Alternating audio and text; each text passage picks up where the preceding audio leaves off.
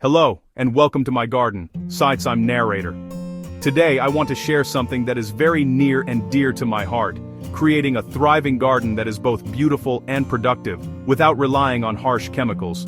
We're going to talk about how to stop garden pests organically. 5 simple tricks that actually work. There is nothing more rewarding than harvesting vegetables and herbs that you have nurtured from seed, knowing they are pure and wholesome. But as any gardener knows, uninvited guests can quickly turn a dream harvest into a disappointing struggle. Pests are a natural part of any ecosystem, but they don't have to ruin your hard work.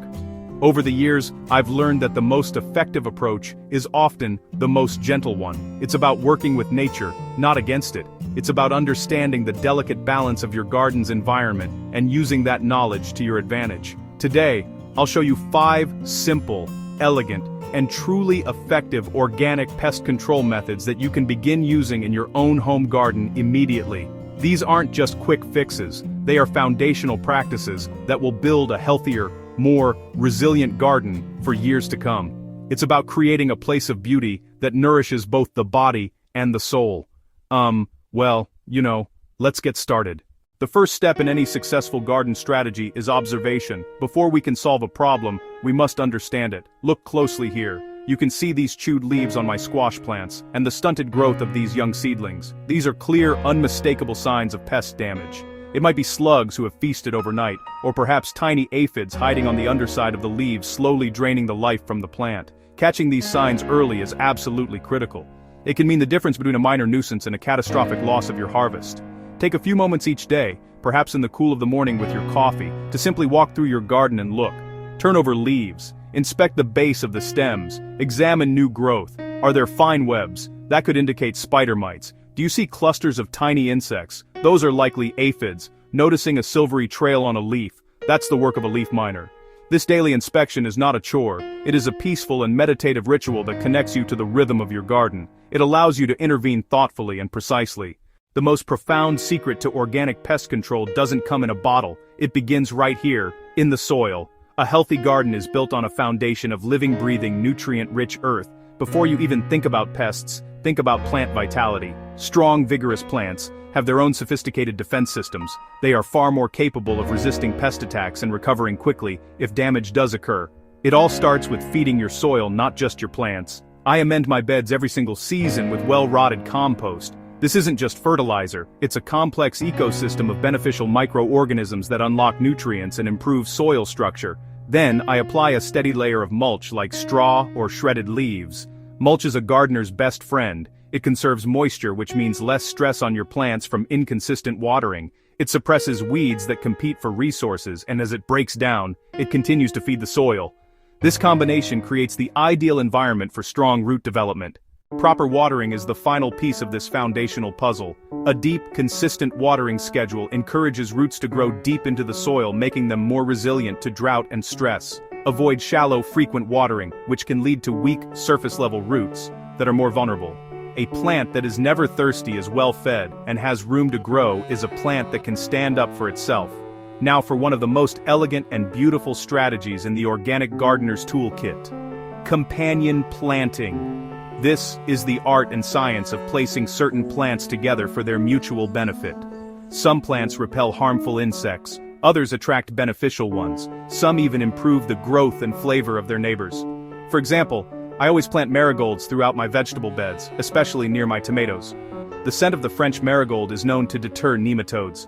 Nematodes are microscopic worms that can devastate root systems. Marigolds also help against pests like the tomato hornworm moth. Similarly, I tuck basil plants all around my tomato plants. It helps repel tomato hornworms. It also helps repel whiteflies. Many gardeners, myself included, swear basil improves tomato flavor. Plant aromatic herbs like rosemary near carrots to confuse carrot rust fly. Nasturtiums act as a trap crop for aphids, luring them away from beans and broccoli. Chapter 4. An organic garden should be teeming with life, and not all of that life is destructive. Some of your greatest allies are other insects. By creating a welcoming habitat, you attract a veritable army of predators and parasitoids. These good bugs, ladybugs, lacewings, hoverflies, feast on pests like aphids, mites, thrips. Roll out the welcome mat. How? It's simpler than you think. First, give them food beyond pests. Many adults feed on nectar and pollen. Plant small flowered herbs and flowers. Dill, fennel, cilantro, parsley, sweet alyssum. That gives a continuous buffet. I let some herbs bloom on purpose. They also need water and shelter. A shallow dish with pebbles gives a safe drink spot. Avoid broad-spectrum pesticides. Chemical sprays kill good bugs and bad, leaving your plants vulnerable. Cultivate beneficial insect habitat, and you get a self-regulating ecosystem. It's a truly sustainable solution. Chapter 5. Even in the most well-managed garden, there are times when a direct intervention is necessary. When pest populations begin to get out of hand, a carefully chosen organic spray can be a tremendous help. My go-to is neem oil. Derived from neem tree seeds, it disrupts insect life cycles and helps with fungi. Always read and follow the label. Generally mix pure, cold-pressed neem oil with water and a few drops of mild soap to emulsify. I mix a fresh batch each time. Apply in the cool evening or overcast day. Oil in direct sun can burn leaves. Be thorough, especially undersides. Chapter 6. Sometimes the simplest solution is a physical one. Proactive exclusion is highly effective and non-toxic. For young seedlings, use lightweight, breathable row covers. Sun and water get through, insects do not. Think cabbage moths, squash vine borers. It's like giving your baby plants their own protective blanket. Another brilliant barrier, a cutworm collar. Cutworms can fell seedlings overnight. They chew stems at the soil line. Make a simple collar from a cardboard tube or foil. Press it an inch into the soil. Leave an inch or two above. That simple shield is all it takes. All these methods rely on vigilant monitoring. Weekly thorough inspections are non-negotiable. Look for the first signs: a single, chewed leaf, a cluster of eggs, a lone squash bug. Hand-pick larger pests, hornworms, or Japanese beetles into soapy water. Early detection and manual removal can stop an infestation before it even begins. Outro. So there you have it. 5 foundational practices for a healthy, pest-resistant organic garden. By building strong soil, choosing plant companions wisely, welcoming beneficial insects, using simple barriers, and applying gentle sprays only when needed, it's a process of nurturing life. The rewards, baskets full of fresh, flavorful, and truly wholesome food, are well worth the effort. Thank you so much for joining me today. Please subscribe for more organic gardening tips.